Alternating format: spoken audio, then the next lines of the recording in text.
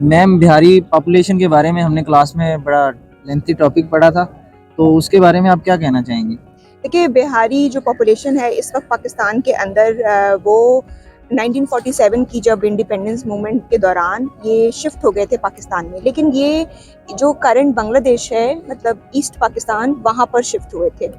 लेकिन जब 1971 की वॉर होती है और उसके बाद हम बांग्लादेश बन जाता है अलहदा एक मुल्क, तो तब ये बिहारी जो लोग थे इन्होंने कहा हमने 47 में ऑप्ट किया था पाकिस्तान में रहना, लेकिन अब हम बांग्लादेश में रह रहे हैं तो हमें पाकिस्तान में भेजा जाए, वो हमारा होमलैंड है। और मैं आपको ये बता दूं, ये बिहार के इंडिया के सूबे से आए थे और ये उर्दू स्पीकिंग है, आप इनको बंगाली नहीं कह सकते हैं, ये उर्दू स्पीकिंग बिहारीज हैं और ज़्यादातर प्रोमिनेंटली सुन्नी मुस्लिम्स हैं। तो ये यहाँ पर आके आबाद होने की कोशिश उन्होंने की, इन्होंने फिर गवर्नमेंट स्पीच में पढ़ी और उन्होंने भी कोशिश की। उस वक्त कुछ आबादी इनकी यहाँ पर आ गई, कोई 2 लाख आबादी रिपेट्रिएट हो भी गई थी, लेकिन अभी बहुत बड़ी आबादी तकरीबन 3,50,000 के करीब वहीं पर मौजूद है बांग्लादेश के अंदर, और बार बार वो गवर्नमेंट को कहते हैं कि आप हमें यहाँ पर रिपेट्रिएट करें। सही। इसके बारे में सबसे अहम बात यह है कि ये पाकिस्तान के जो इलाके हैं, जिस तरह मुल्तान, मियां चन्नो, चीचावतनी, अटक, डेरा गाजी खान, अहमदापुर, सियालकोट, फैसलाबाद के एरिया में है, यानी ज्यादातर साउथ पंजाब में रहते हैं। ज्यादातर साउथ पंजाब में रहते हैं। इससे रिलेटेड एक और बड़ी अहम आपको मैं बात बताती हूँ कि 1988 में जो वर्ल्ड मुस्लिम लीग एक ऑर्गेनाइजेशन थी, उसकी कोशिशों से रिपेट्रिएशन हुई, लेकिन 1990s के अंदर जब नवाज शरीफ की गवर्नमेंट आती है, उसने कोशिश तो की लेकिन वो सक्सेसफुल नहीं हो सका ज्यादा, क्योंकि बहुत सारी आबादी इस दौरान में देखे ना 47 की आबादी अब तक सेकेंड जनरेशन पैदा हो गई, तो उन्होंने कहा ये तो हमारे सिटीजन ही नहीं है, क्योंकि वो तो पहली वाली जनरेशन थी, वो क्लेमर थी कि हम सिटीजन पाकिस्तान के बनना चाहते हैं।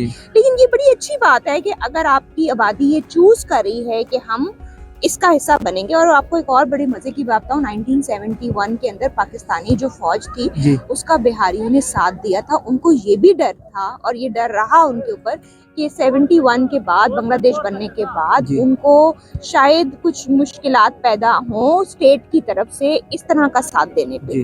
लेकिन एक और इसमें बड़ी अहम बात है कि एक फंड भी बना था जो इनकी रिपेट्रिएशन और इनकी रिहेबिलिटेशन के लिए इकट्ठा किया जा रहा था, और वो ये वर्ल्ड मुस्लिम लीग की तरफ से और पाकिस्तान की तरफ से बना था। लेकिन फिर 9/11 हो जाता है। 9/11 की वजह से बंद कर दिए इनके फंड्स के, शायद ऑर्गेनाइजेशंस कहीं टेररिस्ट ऑर्गेनाइजेशंस को फंड ना कर रही हो इस तरह की हिसाब से। और वो आपको पता है HPL में अभी तक फ्रीज पड़े हुए हैं वो अकाउंट्स, काफी अमाउंट उसकी पता नहीं कितने $1,000 जो है वो वहाँ पड़े हुए हैं।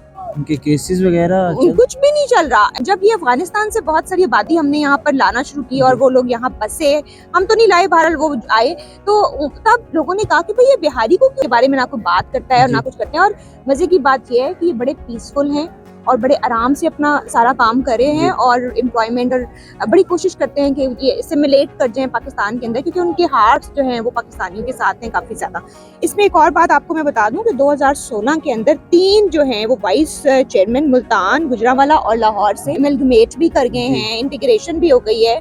तो इसलिए उनके बारे में कोई बात ही नहीं करता कोई गवर्नमेंट। यहाँ अपने बहुत सारे मसाइल हैं।